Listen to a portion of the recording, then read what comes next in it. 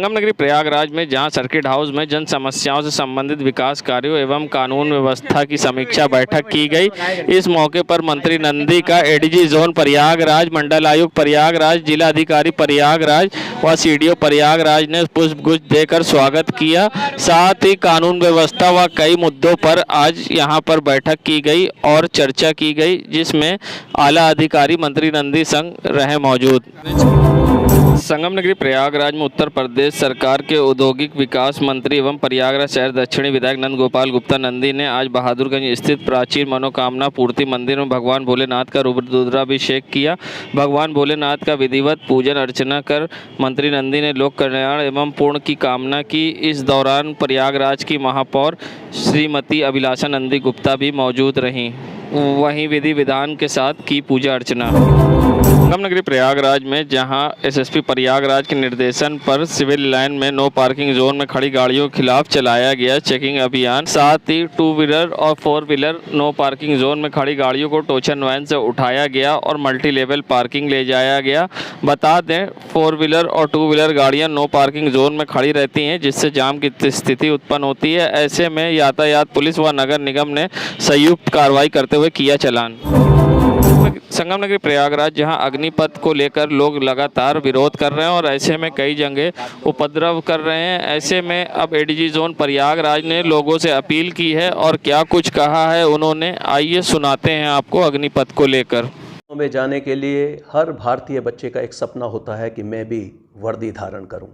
ऐसा ही सपना एक बार मैंने भी देखा था और एक बार मैं भर्ती देखने के लिए लाल किला के जो रिक्रूटमेंट ग्राउंड है उसमें गया, तो उन्होंने वहाँ हाइट, चेस्ट आदि जब माप तोल की, उसके बाद मुझे हाइट में निकाल दिया, तो मुझे बहुत बड़ी निराशा हुई।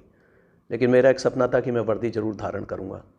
लेकिन आज जब मैं युवाओं को देखता हूँ जिनको एक नई योजना के बारे में जैसे ही बताया गया अग्निपथ कि इससे अग्निवीर बनेंगे और वो कई विभागों में जाकर अफसर भी बन सकते हैं, सीएपीएफ में जाकर या असम राइफल में जाकर उसमें उनके लिए रिजर्वेशन होगा। वो एक ऐसे युवा के रूप में ट्रेंड होकर निकलेंगे कि जो टेक्नोलॉजिकली बहुत सारे स्किल सीख कर आएंगे, उनके पास नई डिग्री, नए सर्टिफिकेट्स होंगे, उनकी जो फाइनेंशियल स्थिति है वो एज ए स्टूडेंट ही इतनी अच्छी होगी, जब वो 22-23 साल के उसमें बाहर आएंगे तभी उनके पास लाखों रुपया होगा। वो अपना कोई कारोबार कर सकते हैं, वो किसी भी जॉब में जा सकते हैं, किसी भी कंपटीशन को दे सकते हैं और हमारी तरह ऑल इंडिया सर्विस में या स्टेट सर्विसेज में या जितने भी बैंकिंग के अन्य ऑर्गेनाइजेशन की सर्विसेज हैं उसके लिए उनके दरवाजे खुले रहेंगे। एक बेसिक जो आवश्यकता होती है किसी भी सेना में जाने के लिए वह है अनुशासन। अनुशासन एक नींव होती है किसी भी सेना की दक्षता का, उसकी सफलता का पैमाना अनुशासन से आंका जा सकता है। यदि अभी से ही हम अनुशासनहीन ऐसे बच्चों को वहाँ पर भेजेंगे जिन्होंने आंदोलन में भाग लिया है, कोई पुलिस का केस उनके ऊपर हो गया है या वो सरकारी संपत्ति को नुकसान कर रहे हैं, तब आप सोचिए कि अनुशासन का क्या हाल होगा। इसलिए अभी आपने देखा होगा कि भारतीय सेनाओं के जो प्रमुख हैं उन्होंने ये घोषणा की है कि एक सर्टिफिकेट प्लेज आपको साइन करनी होगी कि मैं अनुशासित रहा हूँ, मैंने अभी तक किसी भी ऐसे आंदोलन में जिसमें तोड़फोड़ की हो, उपद्रव किया हो, भाग नहीं लिया है और ये हस्ताक्षरित एक आपको प्लेज देनी होगी और पुलिस वेरिफिकेशन तो होना ही है।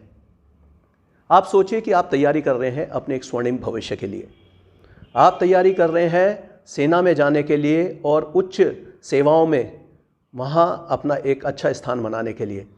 लेकिन अभी जो कुछ संगठन हैं आंदोलन के नाम पर आपको भड़का रहे हैं, ये सोचिए कि आपके कैरियर के साथ खिलवाड़ कर रहे हैं। अगर किसी भी आंदोलन में, किसी भी केस में किसी छात्र का, युवा का नाम आ जाता है तो वो हमेशा के लिए क्या क्या उसके नुकसान हैं वो मैं आपको गिना देता हूँ। यदि आपके खिलाफ़ एक केस कायम हो जाता है, आपके परिवारजन सभी उससे परेशान हो जाते हैं। आपके रिकॉर्ड पर एक केस लिख जाता है, उसके बाद कोर्ट में जो उसकी प्रक्रिया है आप उसी से जब आपका समय ऐसा है कि जब आपको करियर बनाना, उसके स्थान पर आप कोर्ट कचहरी थाने के चक्कर लगा रहे हैं। तो इन सब असुविधाओं से बचने के लिए आपको चाहिए कि अनुशासित रहें। यदि अपनी कोई बात कहनी है तो बहुत सारे माध्यम हैं। हम एक लोकतांत्रिक देश हैं, इसमें अपनी बात कहने के लिए अभिव्यक्ति का अधिकार दिया गया है, लेकिन वह अभिव्यक्ति एक ऐसी होनी चाहिए जो डिसेंट हो, डेमोक्रेटिक तरीके से की गई हो।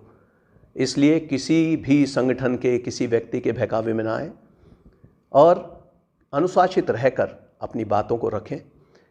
किसी भी सरकारी संपत्ति को तोड़ना फोड़ना, आप ये मान लीजिए, इसका अर्थ है कि आपने जो फंडामेंटल ड्यूटीज़ हैं which are enshrined in constitution of India part 4A में जो दी गई हैं, आपको चाहिए कि उनका पालन करें।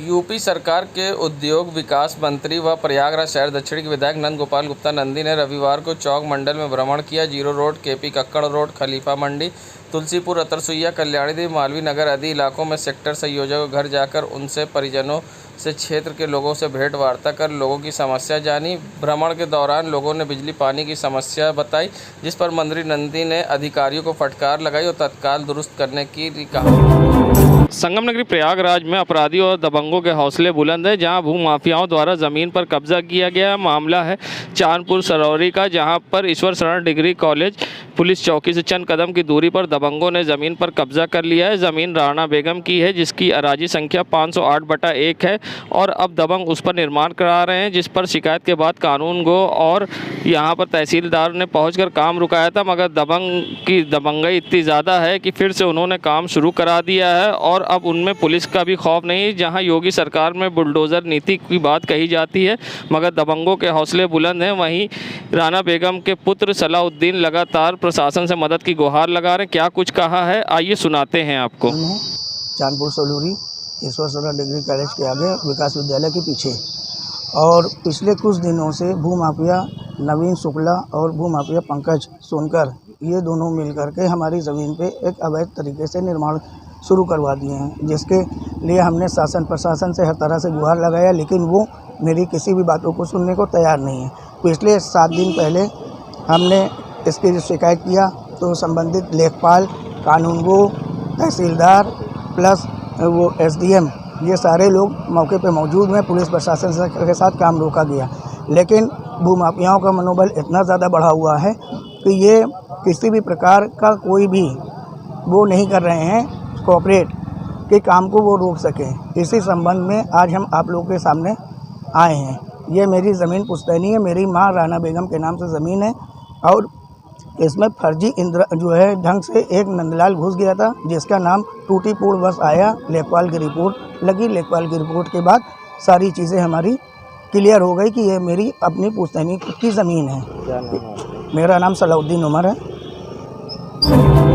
संगम नगरी प्रयागराज राजकीय रेलवे पुलिस कार्यालय के बगल में, जहां सड़क पर लटक रहा बिजली का मेन तार और जिससे कभी भी हो सकती है बड़ी दुर्घटना, जहां बिजली का तार इतने नीचे है कि लोगों को सर झुकाकर आर पार जाना पड़ता है। यहां पर चाय की दुकानें और कई होटलें हैं, जिससे किसी समय भी बड़ी दुर्घटना हो सकती है। एक तरफ बरसात का मौसम अब आने वाला है और ऐसे में तार जिस तरह से नीचे लटक रहा है, किसी समय भी बड़ी दुर्घटना हो सकती है। बिजली विभाग की लापरवाही आई सामने, जहाँ सड़क पर रोड पर लटक रहा तार, लोग आप देख सकते हैं सर झुकाकर आ जा रहे हैं। हो सकती है बड़ी दुर्घटना। बिजली की समस्या है, आने और बारिश की वजह से तार लटक गए हैं। आने जाने में बहुत प्रॉब्लम हो रही है। आदमी सर झुका के जा रहा है। अगर तार सर से लग जाए तो करंट मार सकता है। इसके कारण काफ़ी दिन से लटक रहा है। बिजली विभाग वाले कोई इसका वो नहीं कर रहे हैं। क्या नाम है? आशीष कुमार। जहां राहुल गांधी से ईडी लगातार पूछताछ कर रही, तो ऐसे में कांग्रेस में आक्रोश है और जगह जगह प्रदर्शन कर रहे हैं। वहीं अब कांग्रेस के प्रदेश प्रवक्ता सैयद साहब ने बीजेपी पर निशाना साधा है। क्या कुछ कहा है उन्होंने, आइए सुनाते हैं आपको। ईडी अपने सरकार अपने खिलाफ किसी भी खिलाफ उठती हुई आवाज़ को दबाना चाहती है, वो ईडी की शक्ल में हो, CBI की शक्ल में हो या किसी भी संस्था के माध्यम से। और वो नहीं जानती कि वो इंदिरा गांधी का पोता है। उसे ध्यान रखना चाहिए कि वो राजीव गांधी का लड़का है। मैं इसके लिए एक शेर कहूँगा कि मुझे असीर करो या मेरी ज़ुबान काटो, मेरे ख्याल को बेड़ी पिन्हा नहीं सकते। आप ईडी के ज़रिए परेशान करिए, चाहे CBI के ज़रिए परेशान करिए, चाहे उनके नेताओं को छापे मारिए, लेकिन उनकी आवाज़ को आप नहीं दबा सकते। मुल्क के अंदर फैले हुए वैमनस्य को खिलाफ हमेशा राहुल गांधी की आवाज़ उठती रहेगी। मुल्क के बेरोज़गार नौजवानों के सवाल पे हमेशा उनकी आवाज़ उठती रहेगी। राष्ट्रीय सुरक्षा के सवाल पे हमेशा उनकी आवाज़ उठती रहेगी। कोशिश कर रहे हैं, ये फंसाने की फंसा नहीं पाएंगे, और ये आवाज़ दबाने की कोशिश कर रहे हैं, क्योंकि राहुल गांधी ने कहा है कि देश का नौजवान सड़कों पर आकर मोदी को सबक सिखाएगा। तो इसलिए वो ईडी के माध्यम से छोटे छोटे मामलों को लेकर उन्हें लगातार 3 दिन से हैरेस किया जा रहा है। 10-10 घंटे तक पूछताछ की जा रही। वो ये बताना चाहते हैं कि राहुल गांधी ने इस तरह की कोई काम किया, लेकिन मैं आपसे कहना चाहता हूं कि वो राहुल गांधी का कुछ नहीं कर सकते, इसलिए कि इस देश की मिट्टी में राहुल गांधी, सोनिया गांधी, प्रियंका गांधी और नेहरू परिवार की खुशबू आती है। इसलिए कि इस मुल्क की आज़ादी की लड़ाई में लड़े थे वो लोग नहीं हैं जिन्होंने काला पानी हो जाने के बाद माफ़ी मांगी थी। अगर वो लोग होते तो आज इस मुल्क की आज़ादी न होती। और 1857 से लेकर 1947 तक जिस आज़ादी की लड़ाई लड़ी गई थी और जो नेहरू के नेतृत्व में जिस लड़ाई को आगे बढ़ाया गया था, आज मुल्क आज़ाद है, जहां हम अपनी पूरी बात कह सकते हैं। उन्हें आप ईडी के माध्यम से इनकी आवाज़ दबा नहीं सकते। संगम नगरी प्रयागराज जहां तेज हवाओं के साथ बारिश ने दस्तक दी तो लोगों को गर्मी से राहत मिली, तो वहीं गड्ढा कॉलोनी करैली के लोगों को अब चिंता सताने लगी, क्योंकि हर साल बारिश में यहां जल भराव होता है, यहां तक कि नाव चलती है और 1 मंजिले तक घर डूब जाते हैं। ऐसे में समस्या को लेकर क्या कुछ कहना है गड्ढा कॉलोनी के समाज सेवी नदीम अली का, आइए सुनाते हैं आपको। सर, आप मीडिया बंधुओं के माध्यम से मैं प्रशासन को अवगत कराता रहता हूँ। हम समस्याओं की बात कर रहे हैं, समस्याओं को तो अंबार लगा हुआ है। यहाँ जेके आशियाना है, ये एरिया गौस नगर, यहाँ पे हज़ारों की तादाद में घर जो है डूबे रहते हैं। हर बार आप लोग देखते हैं, मीडिया सारे चैनल्स यहाँ पे रहते हैं, घरों में 4-4, 6-6, 8-8 फीट पानी भरा रहता है। उससे बड़ी समस्या ये है कि ज़रा सी बारिश होती है, अभी देखिएगा बरसात का मौसम आने वाला है, मानसून 15-20 दिन में यहाँ पे दस्तक दे देगा, मगर उससे पहले प्रशासन ने अभी तक कोई एक्शन नहीं लिया। केवल कागज़ों पे ये दावा करते रहते हैं कि मैं ये करा रहा हूँ, मैं वो करा रहा हूँ। कोई कहीं ज़मीनी स्तर पे, ग्राउंड लेवल पे कोई काम नहीं हुआ है, न नाले की सफाई हो पाई है। मैंने ज्ञापन के माध्यम से डीएम इलाहाबाद को भी अवगत करा दिया गया है कि बरसात से पहले यहाँ पे नाले की सफाई करा दी जाए, अन्यथा फिर लोगों का लाखों की जान माल का और जो मेहनत की कमाई, एक एक पैसे से बनाया हुआ सामान सब पानी में बर्बाद हो जाता है। यहाँ तो बांध बनाने के लिए डिप्टी सीएम ने कहा। अरे वादे तो सरकार ने बहुत सारे किए हैं, सबका साथ, सबका विकास, सबका विश्वास का नारा देती है, मगर विकास और विश्वास केवल कुछ सफ़ेद पोश नेताओं का हो रहा है जो हमारी समझ में है। और यहाँ पे इस क्षेत्र में तो कोई विकास नहीं हो रहा है। यहाँ पे मौजूदा कैबिनेट मिनिस्टर होते हुए, मौजूदा मेयर होते हुए इस क्षेत्र से कोई विकास कार्य के नाम पे एकदम सब जीरो हैं। नदीम अली, समाज सेवी, करैली, गौस नगर। यहाँ घरों में चहचहाने की आवाज़ आती थी जो अब विलुप्त होती जा रही है। जहां हरियाली गुरु विलुप्त होती गौरैया को बचाने के लिए मिशन स्पैरो अभियान की शुरुआत की थी।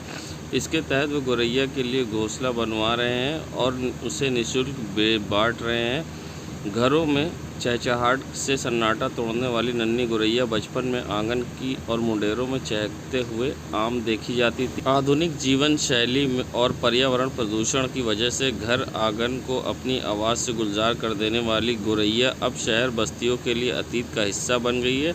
घरों में चहकते हुए गौरैया प्रजाति की चिड़िया को बचाने के लिए पर्यावरण और पक्षी प्रेमियों के द्वारा अनूठा कदम बढ़ाया जा रहा है। ऐसे में इलाहाबाद के प्रोफेसर NB सिंह, जो कि हरियाली गुरु हैं, अब लोगों को लकड़ी का घोंसला बनवा कर बांट रहे हैं और ऐसे में अब लोगों को ये मुहिम पसंद आ रही है।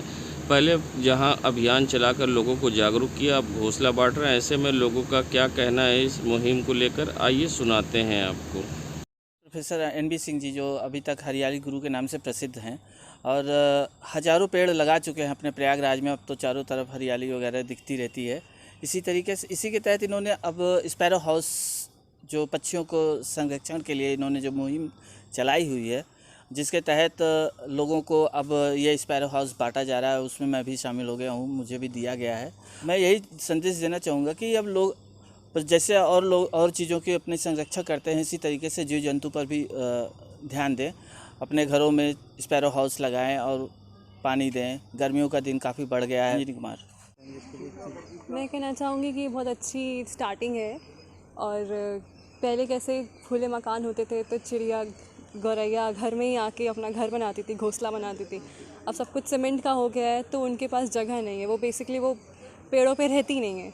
तो अब हम लोग देख सकते हैं कि कितनी कितनी न्यूज़ आती थी कि ज़मीन पे गिरी हुई मिलती थी और मरी हुई चिड़िया मिलती थी। तो बस इतना कर लेना कि घर के बाहर गर्मी में एक मिट्टी के बर्तन में पानी रख लेना, जिससे कोई चिड़िया है तो अपना आके एटलीस्ट प्यास तो बुझा सके। और ऐसे अगर ये कर सकते हैं, उनके लिए बना सकते हैं घर। ये भी नहीं कर सकते तो जूते के डब्बे होते हैं उनमें छेद करके वो अपना बना सकते हैं, घर के बाहर शेड में टांग सकते हैं। बहुत छोटी छोटी चीज़ों से डिफरेंस आता है। और आज आपको तो सर ने ये दिया, कैसा लगा? मुझे तो बहुत अच्छा लगा। मैं तो घर में जाके सबसे पहले इसको टांगने वाली हूँ और आशा करती हूँ कि कोई चिड़िया आके इसमें अपना घोंसला बनाए। और मुझे मैं एमएससी की स्टूडेंट हूँ बॉटनी डिपार्टमेंट में यूनिवर्सिटी ऑफ इलाहाबाद से। और इकोलॉजी मेरा इलेक्टिव सब्जेक्ट रहा है अभी। नाम बताइए। यशस्विनी पुंडी मेरा नाम है। प्रयागराज में जहां शनिवार को शनि अलौकिक धाम मंदिर में विधि विधान के साथ शनि देव को तेल चढ़ाकर पूजा अर्चना की गई, वहीं इस मौके पर भक्तों का जन सैलाब शनि मंदिर में उमड़ा दिखाई दिया। भक्तों ने यहां विधि विधान के साथ पूजा अर्चना की तो वहीं पुजारी प्रवीण मिश्रा ने तेल चढ़ाकर विधि विधान के साथ महापूजा व